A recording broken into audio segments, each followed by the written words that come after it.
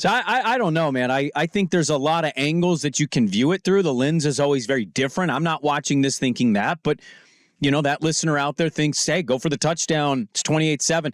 Also, if you don't get it, it's 21-7, and you've given the Niners a little momentum going into the half as they get the ball. You can certainly say, well, what did momentum have to do coming into the second half? Well, obviously nothing, because the Niners came back and won. What are we calling the Ayuk play? I saw our sister station down on the Bay, Swag, 95.7 The Game. They basically asked for what would you call this? And I saw two of my favorites. And if you could think of another one or you saw another one, let me know. The first one was the boop to Ayuk. But my favorite one was the ricochet in the Bay. That's not bad. That's a pretty good one. Yeah. To remember a play like that, because that play, that's the game. That was the game. If he picks that off. Yes. It's 24-10, picks it off. Oh, there's Purdy forcing the deep ball when Ayuk was behind the defender, not in front of the defender. And that's also not necessarily the DB's fault. He already can't catch as well as Ayuk. Yeah. And now you're asking him to kind of contort his body in the air, put his hands up, look up, find the ball. None of that stuff is as easy as it looks. And boom, hits him in the face and just bounces straight up. It could have deflected right, left. It bounced straight up.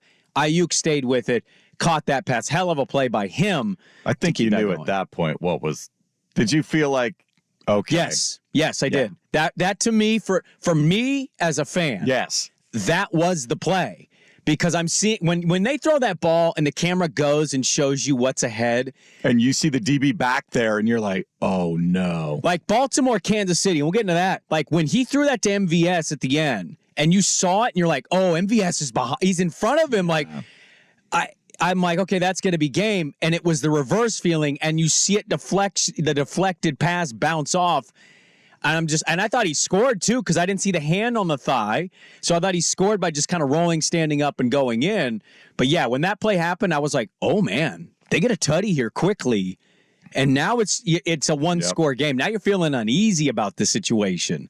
A hell of a comeback. Ricochet in the Bay that was somebody on Twitter to our sister station. I think I'm just going to start calling that unless some big scribe calls it something else and it comes sticks. Up. The catch is already the catch. So. Yeah, I'm not doing the catch 2, the catch 3. Not 2.0. Ricochet in the Bay is a pretty solid nickname for that play. That is true. And then Purdy did it with his legs.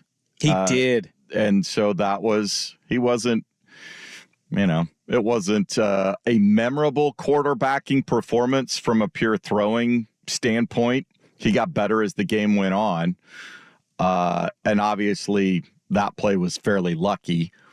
But no, I thought his calm in the pocket in the second half, his assessment of what the defense was doing and tucking it and going, Detroit didn't keep somebody in or wasn't aware that was going to be a thing. He's not a very mobile guy. He's not fast. He's the last pick of the draft. Yeah. Everything physically about him says he's not but he great. Wasn't slow either. No. Because he was decisive. Like when he tucked it, he wasn't like trying to, fake people like Lamar does or Patrick does and all those pump fakes. Mahomes was 8 yards past the line of scrimmage, and he did a pump fake, and I kind of liked it, though. Oh, yeah. It made the DB delay for a second for whatever Purdy's reason. like, nope, it's not here. Let's go. Peter King notes this: in the 2 playoff games after trailing to Green Bay and Detroit, Purdy went 19 of 23 and totaled 284 passing and rushing yards. And that's all you want from a quarterback who's not going to panic in the moment.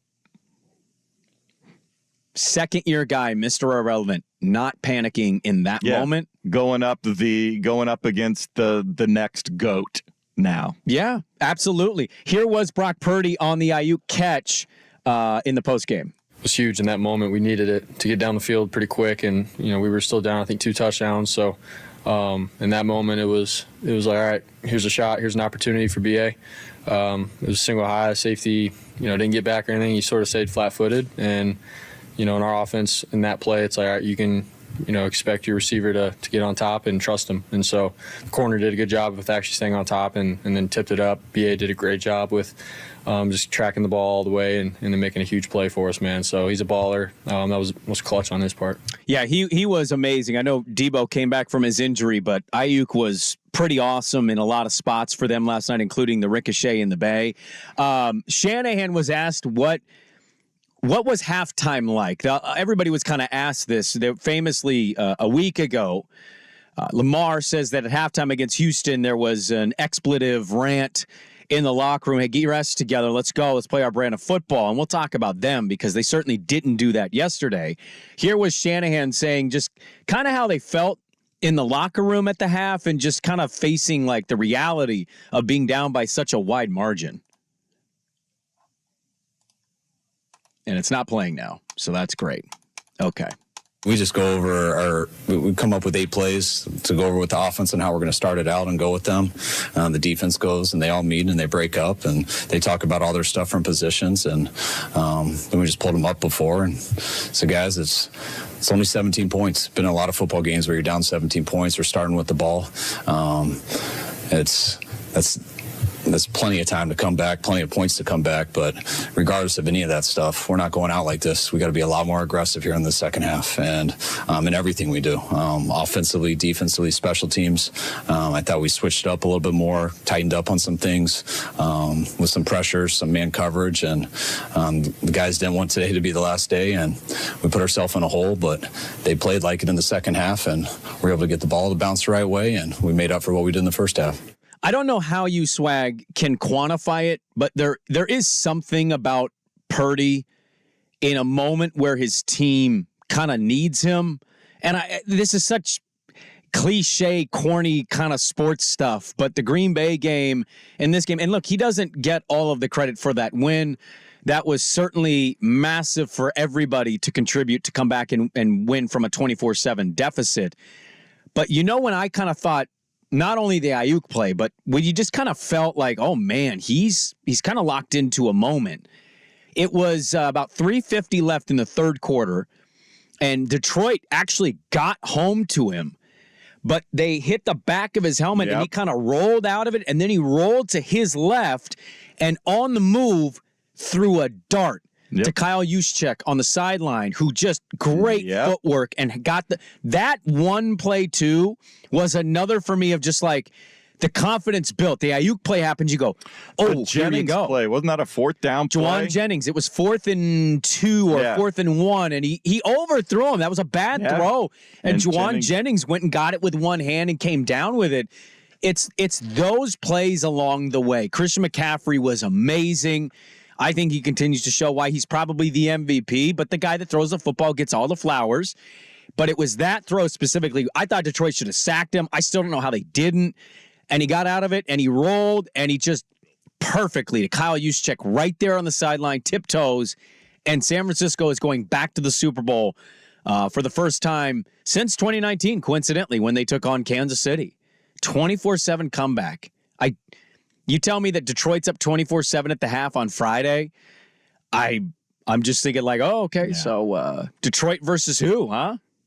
Just about the time you're like, okay, I have to start preparing myself for the Detroit Lions being in a Super Bowl. I was mentally there. I was starting to do dishes at halftime. I'm like, well, this is fun. I was texting. I'm not going to name names, but I was texting some people, and we were like, hey, man, what do you think is going to happen at quarterback this offseason? They're going to be good with this? And woo! Old Takes exposed my personal text messages. That certainly can be a thing because that's why we send texts first before we go posting anything. Well, I've done that before too. I have some pretty bad tweets. Somebody randomly responded to a Jokic tweet I had from 2019 where I said how inexcusable it was for him to come back out of shape. Bet you feel real stupid with this tweet. I'm like, why did you find this? It's 2019, 5 years ago. What are we doing? But legendary comeback. And for them to do it, like, I mentally had gotten their Swag. Shanahan's just not a comeback team. Just great coach, not really built as a comeback team. You keep seeing the stats week in and week out now. Last week it was like, oh, he's 0-30 when trailing by 4+ entering the fourth. And then people talk about it. Well, the same thing applied this week, and they ended up completing the comeback.